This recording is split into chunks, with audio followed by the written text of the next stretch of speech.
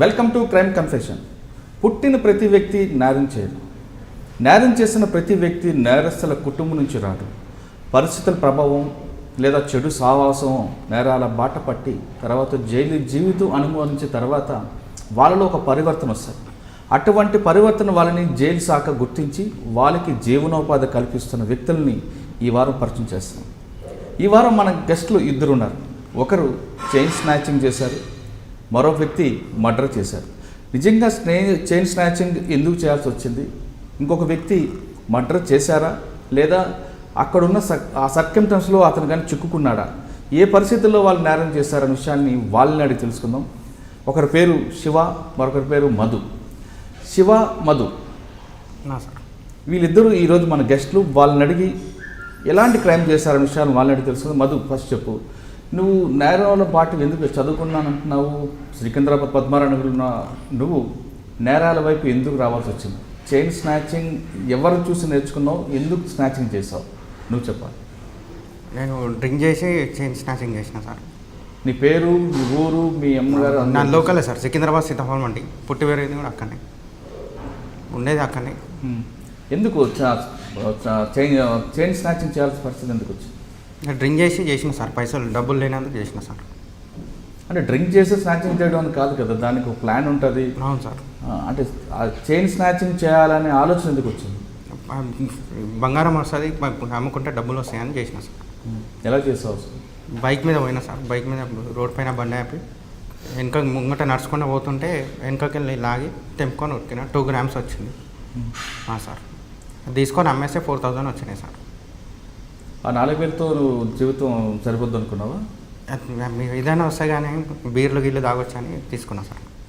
ఆ 4,000తో ఏం చేస్తావు? 4,000 తీసుకొని మొత్తం తాగేసిన సార్. డ్రింక్ చేసేసిన, ఎంజాయ్ చేసేసిన సార్. 4,000 రూపాయలు? అవును సార్.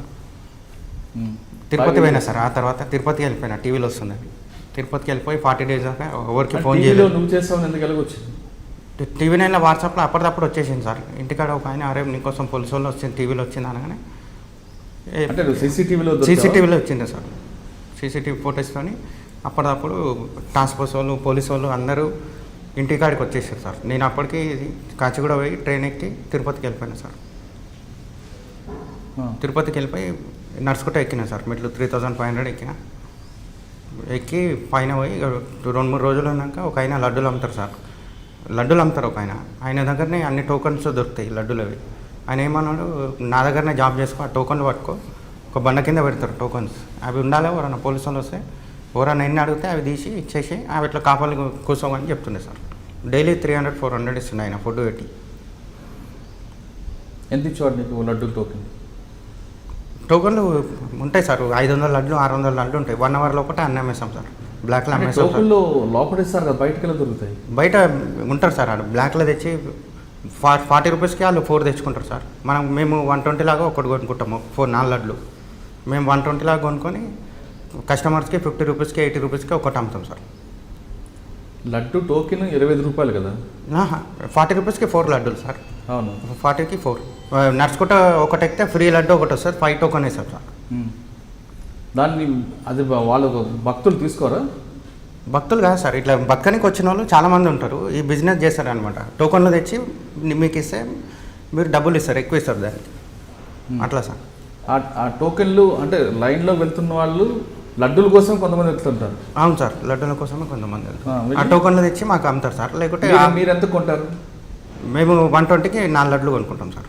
మేము 40 రూపాయలది 3 రెట్లు కొంటారు. అవును సార్.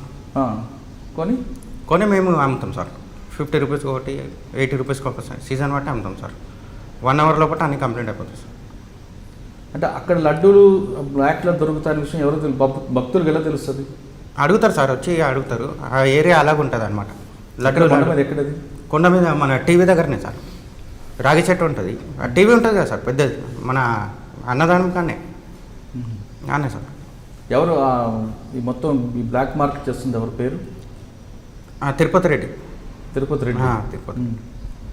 ఆయన దొరుకుతాడు అక్కడ? ఆయన దొరకడు సార్. దొరికితే పోలీసు వాళ్ళకి కూడా మామూలు ఇస్తారు, 1000-2000 ఇచ్చేస్తాడు. పోలీసు రాయిడ్ ఉన్నప్పుడు వెళ్ళిపోతాడు ఇక కిందికి అప్పచెప్పేసి. మళ్ళీ ఇక 2-3 రోజులు రాడు.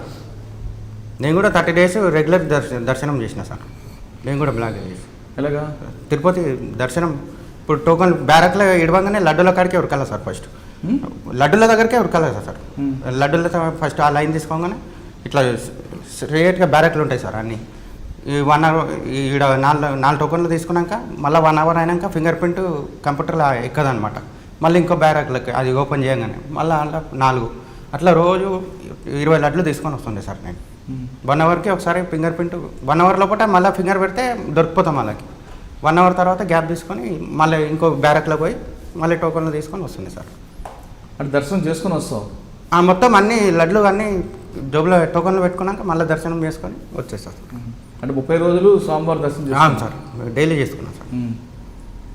ఆ లడ్డూలు తీసుకొచ్చి మేము అమ్మేస్తుండే, ఈయనకి ఇచ్చేస్తుండే, డబ్బులు ఇస్తుండే. నీకు ఎంత వస్తుంది రోజుకి? రోజుకి నేను 300-400 అమ్ముతుండే సార్, వస్తుండే పైన. ఆ డబ్బులు ఏం చేసేవాడు? ఆ డబ్బులు రోజు ఇక కొండ దిగుడు, బీర్లు తాగుడు, మళ్ళీ బస్సులు ఎక్కుడు అదే మీదకి. అంటే పైన మందు దొరకదా? పైన దొరకదు సార్, ఏం దొరకదు. సిగరెట్ కూడా దొరకదు, ఏం దొరకదు.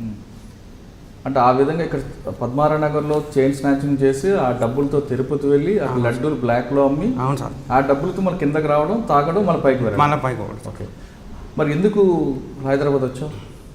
హైదరాబాద్ ఇంట్లోని పోలీసు వాళ్ళు ఒక 300-400 నంబర్స్ అందరి ఫ్రెండ్స్ని అందరిని పట్టుకొని ఏడున్నా అని అందరిని అడిగింది సార్.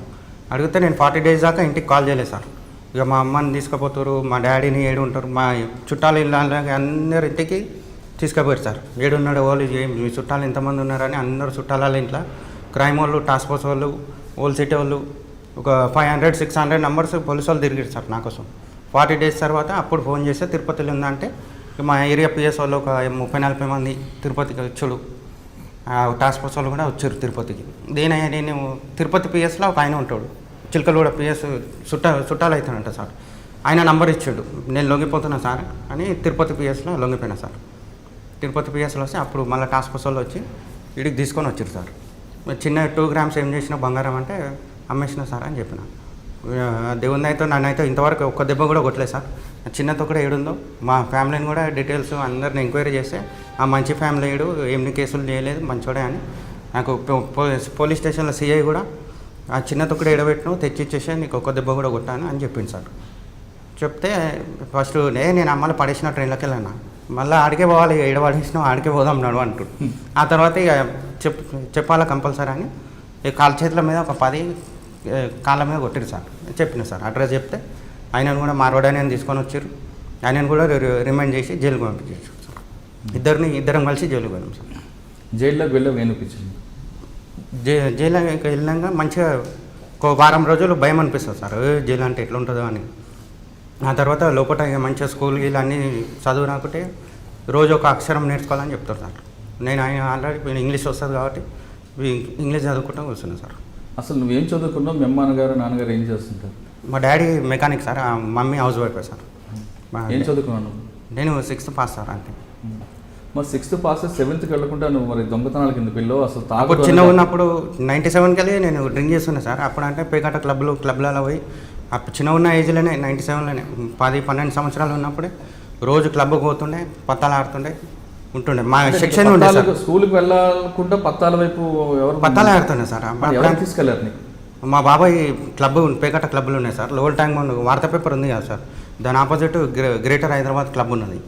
అందులో పోయి మా బాబాయ్ క్లబ్ పెద్ద 2 సెక్షన్లు ఉన్నాయి సార్ నేషనల్. ఇక అందులోనే వండుకుంటా ఆయననే రోజు 200-400 ఇస్తుండే. ఇక అందులోనే నేను కలుపుకొని నేను కూడా ఆడుకుంటుండే అందులోనే రోజు ఆడి. కానీ మరి క్లబ్కి వెళ్తున్నప్పుడు మీ మదర్ కానీ ఫాదర్ కానీ వద్దు అని చెప్పలేదా? చెప్పలేదు సార్. వెళ్ళొద్దని అని చెప్పారు కానీ మంచిగా పని చేసుకో అని చెప్పారు కానీ సార్ నేను మమ్మీ డాడీ మాట వినలేదు సార్. ఇక మా బాబాయ్ అదే ఫీల్డ్ కాబట్టి నేను కూడా ఇక అందులోనే పని చేసుకుంటా పతలా ఆడుతుండే సార్. అది పేకాట క్లబ్బులు బంద్ అయిపోయినాయి, ఇక చేయి టైడ్ అయిపోయింది, ఏం చేయాలో అర్థం కాక ఇక స్నాచింగ్ చేయవలసి వచ్చింది సార్. అంటే పేకాట ఆడుతున్నప్పుడే నీకు తాగుడు అలవాటు అయిందా? అవును సార్. ఆ తాగుడు అలవాటు అవడం, పేకాట క్లబ్లు బంద్ అయిపోవడం, డబ్బులు లేక అవును సార్ చైన్ స్నాచింగ్ అవును సార్ ఎంచుకున్నాం. వచ్చిన డబ్బులతో తిరుపతిలో ఇంకొక అవతారం, అది కూడా నేరమే కదా? అవును సార్. మరి అక్కడ ఎవరు పోలీసులు దొరకలేదా? పోలీసు వాళ్ళకి దొరకలేదు సార్. మరి అక్కడ 40 రోజులు ఉన్నప్పుడు అమ్మా నాన్న ఎవరు గుర్తు రాలేదు నీకు? గుర్తుకొచ్చారు సార్, ఫోన్ చేసిన సార్, ఇంటికి ఫోన్ చేస్తే అందరిని పట్టుకపోతూ ఏడుస్తున్నానంటే నేను ఫుల్ బాధపడ్డా సార్. కానీ 40 రోజులు ఉన్నావు కదా? అవును సార్, ఎవరికి ఒక్క ఫోన్ కూడా ఎవరికి చేయలేదు సార్. అప్పుడు డాడీకి ఫోన్ చేసి అప్పటిదప్పుడు టాస్క్ ఫోర్స్ వాళ్ళకి అందరూ ఆడికి వచ్చేసారు సార్. నేను అప్పటికే లొంగిపోయినా. అప్పుడే టాస్క్ ఫోర్స్ వాళ్ళకి దొరికితే నన్ను కొడుతుండే సార్, బాగా కొడుతుండే, ఫుల్ పనిష్మెంట్ ఉంటుండే.